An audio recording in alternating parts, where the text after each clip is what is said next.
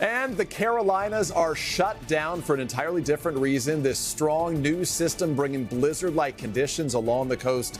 Tens of millions in the south are on alert for the second major storm in back-to-back weekends.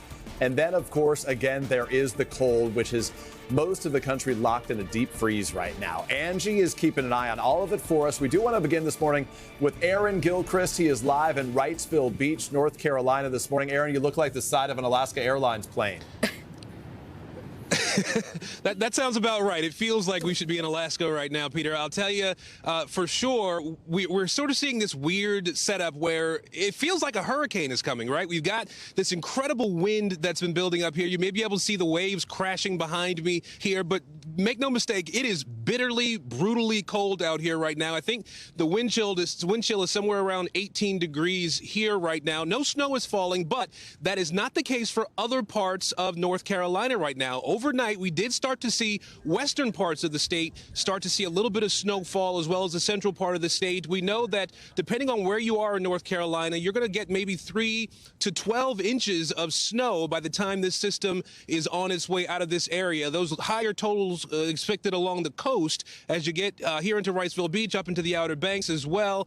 We also know that the state of North Carolina and many others have been trying to prepare for this storm for at least the last couple of days. North Carolina has put down about 2 million gallons of pre-treatment on roads across the state ahead of this storm that's been coming in here. At the same time, there are other parts of the South that are still dealing with the effects of last weekend's storm. We know we've seen places where there is still ice and snow on the ground. Power outages in the tens of thousands still exist in some places.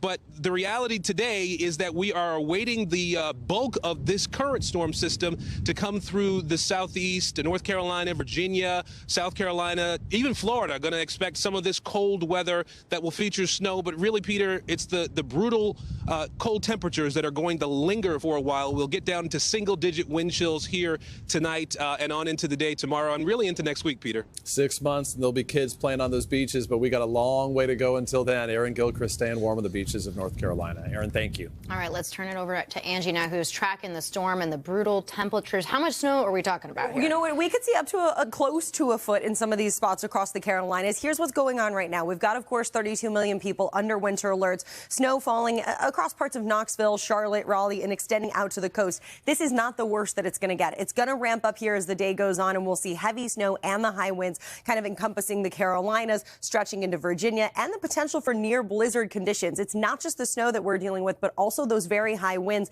up and down the coast. This system will intensify and clip parts of the extreme areas of New England by the time we get into tomorrow, but snowfall totals across the Carolinas quite impressive. Wilmington expected to get the potential of 10 inches of snow, Norfolk up to 8 inches. The farther east you are, we'll see those higher amounts, and then Columbia up to 8 inches. Notice across parts of New England, Nantucket up to 4 to 6 inches, and an inch or so in Boston.